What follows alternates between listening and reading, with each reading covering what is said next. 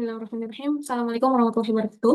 Perkenalkan, nama saya Nyovelina Dwi Arianti dengan NIM 4112201026 dalam studi akuntansi manajerial semester 6.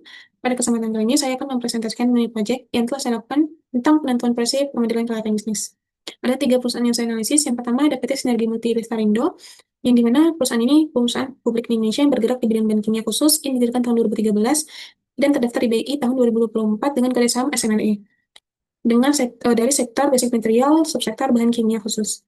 Selanjutnya ada PT Krakatau Steel, yaitu perusahaan milik negara atau BUMN yang bergerak di bidang produksi baja dan merupakan produsen baja terintegrasi terbesar di Indonesia, yang didirikan tahun 1970 dan terdaftar di BI tahun 2010 dengan kode emiten keras. Dari sektor basic material, subsektor baja dan logam. Selanjutnya ada PT Wijaya Karya Beton, yaitu perusahaan manufaktur beton percetak dan ready mix terbuka di Indonesia yang didirikan tahun 1997 dengan eh, dan terdaftar di BI tahun 2014 dengan kode PTLN dari sektor basic material, subsektor beton percetak dan ready mix. Analisis, selanjutnya ada analisis fundamental. Saya melakukan ada yang pertama itu rasio probabilitas menggunakan GPM yang menunjukkan efisiensi perusahaan dalam menghasilkan laba kotor dari penjualan setelah dikurangi harga pokok penjualan. Nah, yang dimana di sini SMLM memiliki GPM 26%, lebih tinggi dari Cross dan WTON yang artinya lebih unggul dan dalam menjaga margin keuntungannya. Selanjutnya, saya menggunakan return on asset, itu menunjukkan seberapa efisien perusahaan dalam menggunakan seluruh asetnya untuk menghasilkan laba bersih.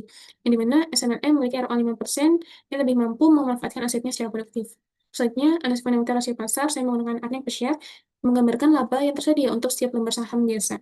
Dapat dilihat di sini, WTON dengan EPS 3,92 yang paling tinggi menunjukkan bahwa setiap sahamnya menghasilkan laba terbesar dibanding yang lainnya. Selanjutnya, ada analisis fundamental rasio likuiditas, dapat di sini, saya menggunakan current ratio untuk mengukur kemampuan perusahaan dalam memenuhi kewajiban jangka pendek dengan aset lancang dimiliki. Yang dapat dilihat, SME dan WTON memiliki current ratio lebih dari 1, yang masing-masingnya 1,18 dan 1,17, yang menandakan kondisi keuangan jangka pendeknya sehat. Selanjutnya, analisis fundamental rasio solvabilitas menggunakan debt ratio untuk mengukur proporsi utang terhadap total asetnya. Dan di sini, debt ratio-nya untuk yang paling rendah ada WTON dibandingkan SME dan kelas, yang artinya 74% asetnya dibiayai oleh utang, yang harus diwaspadai meskipun kerjanya baik. Dapat dilihat dari hasil analisis fundamental dari SMLE, Kras, dan WTON, SMLE memiliki perusahaan paling unggul secara keseluruhan, WTON menunjukkan kinerja cukup stabil, dan Kras menunjukkan kinerja fundamental yang lemah. Selanjutnya, ada analisis teknikal SMLE yang dapat dilihat pada tanggal 10, harga SMLE yaitu 126 perak dengan menembus MA5-nya 120,8 yang memberikan sinyal beli atau golden cross. Yang dilanjut pada tanggal 12 Juni sebesar 132 perak, dan pada tanggal 13 Juni terkors tipis sebesar 130 perak, tapi masih di atas MA5 yaitu sebesar 126 perak.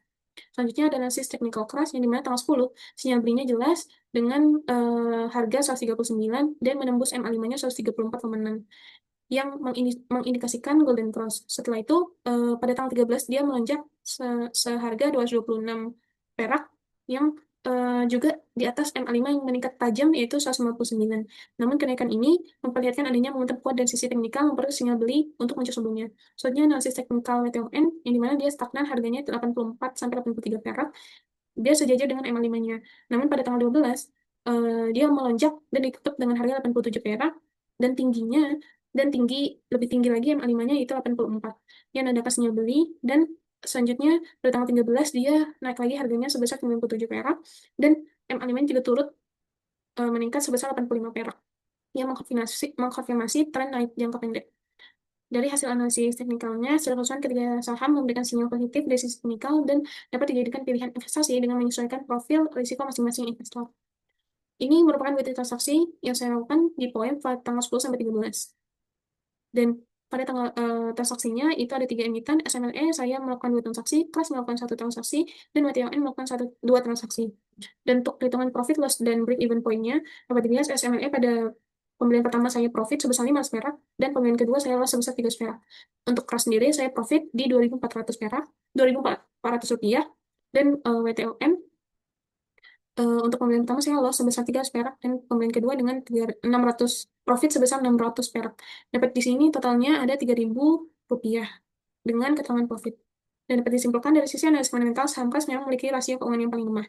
Namun potensi pergerakan jangka pendeknya cukup baik. Sementara SMLE dan WTON menunjukkan kinerja fundamental yang lebih stabil, menjadikannya cocok untuk portofolio jangka menengah dengan risiko profil risiko moderat. Dapat disimpulkan, kegiatan investasi yang saya lakukan menghasilkan laba total sebesar Rp3.000 yang berada di kondisi profit atau gain. dan saham KAS menjadi kontributor utama terhadap keuntungan portofolio ini. Meskipun akumulasi yang rugi, secara total keputusan investasi yang diambil sudah cukup optimal dalam jangka pendek. Sekian presentasi yang dapat saya lakukan. Apabila ada salah kata mohon dimaafkan. Wassalamualaikum warahmatullahi wabarakatuh.